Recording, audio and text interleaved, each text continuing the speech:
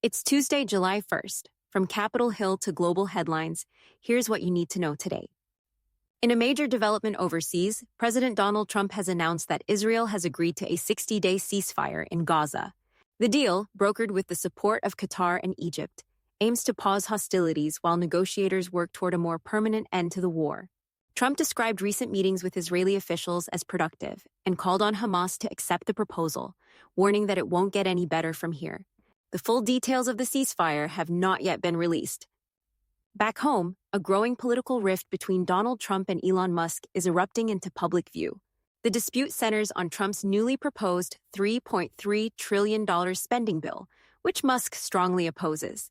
Musk threatened to form a new political party, the America Party, if the bill becomes law, accusing both Republicans and Democrats of forming a uni-party addicted to debt.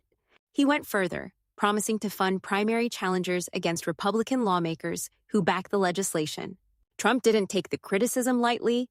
He responded on Truth Social, claiming Musk owes his empire to massive government subsidies and blasting the electric vehicle mandate Musk supports.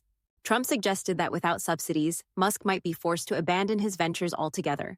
No more rockets, no more Teslas, and maybe even a one-way ticket back to South Africa. He went so far as to invoke Doge, a mysterious reference to an internal government operation, suggesting they take a good, hard look at Elon.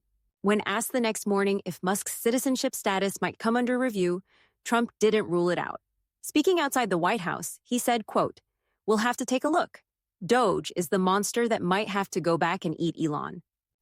In another sweeping policy shift, Secretary of State Marco Rubio has confirmed the full shutdown of the U.S. Agency for International Development, better known as USAID. The Trump administration had long criticized the agency as bloated, inefficient, and out of alignment with core American interests. Now, as of July 1st, USAID will cease all foreign assistance operations. Over 80% of its programs have already been canceled, amounting to $50 billion in cuts. From now on, the State Department will directly oversee all foreign aid, promising more accountability and a strict alignment with strategic goals. Meanwhile, the Department of Justice has revealed a stunning espionage case involving two Chinese nationals. Yuanse Chen, a permanent U.S. resident in Oregon, and Liren Ryan Lei, a recent visitor on a tourist visa, have been arrested for operating as illegal agents of China's Ministry of State Security. The pair allegedly collected intelligence on U.S. Navy personnel and facilities, conducted surveillance on military installations, and even orchestrated a tour of the USS Abraham Lincoln, sending photos and footage back to Chinese handlers.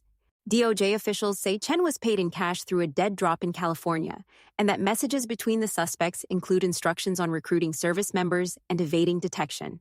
Attorney General Pam Bondi vowed swift justice, saying the United States will not stand by while hostile nations embed spies in our country. Across the globe, tensions between the U.S. and Iran have escalated following a fatwa from a senior Iranian cleric.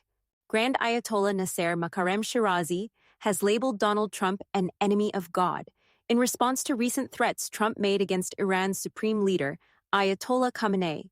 The cleric urged Muslims to make those who issue such threats regret their words, and while a fatwa is not automatically a death sentence, the term enemy of God carries severe legal weight in Iran, potentially warranting capital punishment under its laws. The decree echoes the infamous 1989 fatwa against author Salman Rushdie and adds a volatile layer to already simmering hostilities in the region. In domestic news, the University of Pennsylvania has agreed to prohibit transgender athletes from competing on women's sports teams following a federal Title IX investigation. As part of a resolution with the Department of Education, the university will also revise its record books to remove accomplishments previously attributed to Lia Thomas, the transgender swimmer who won an NCAA title in 2022. Officials said UPenn violated Title IX by allowing biological males to compete in female athletics and use women-only facilities, and the agreement requires the university to update its eligibility guidelines accordingly. Elsewhere, Israeli police and intelligence services have arrested 3 suspects accused of spying for Iran. The suspects reportedly gathered surveillance footage of malls and a hospital in Tel Aviv, Haifa, and Tiberias. One of the accused, a 33-year-old man named Mark Morgan, is charged with transferring a grenade between secret locations and filming a missile interception for Iranian handlers. Their detainment underscores ongoing efforts by Iranian operatives to infiltrate Israeli society, even as Iran's strict internet censorship policies have ironically boosted the use of Israeli-developed VPN technology inside the country. Back in the U.S., the Trump administration has launched a lawsuit against the city of Los Angeles, targeting its sanctuary city policies. The Department of Justice accuses Los Angeles officials, including the mayor and city council, of obstructing federal immigration enforcement and discriminating against federal agents by limiting their access to property and detainees. The suit claims these policies violate the Supremacy Clause of the Constitution.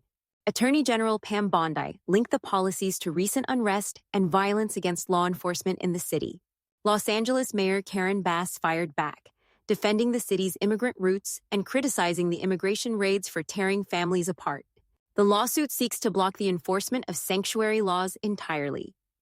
And finally, the Pentagon has announced a halt in some military aid shipments to Ukraine due to dwindling U.S. stockpiles. The decision impacts air defense missiles, artillery shells, and precision munitions. Officials say the move is part of a strategic pivot, with national security advisors urging the U.S. to prioritize military readiness in the Asia-Pacific. The delay affects weapon systems promised under aid packages approved during the Biden administration, raising new questions about America's long-term support for Ukraine's defense.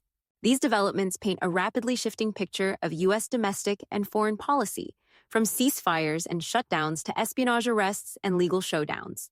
That's all for tonight's news update. Thank you for joining us. We'll continue to monitor these stories and bring you the latest developments. Stay safe, stay informed, and have a good night. If you enjoyed this video, don't forget to hit the like button, share it with your friends, and subscribe to the channel. And don't forget to turn on the notification bell so you never miss an update.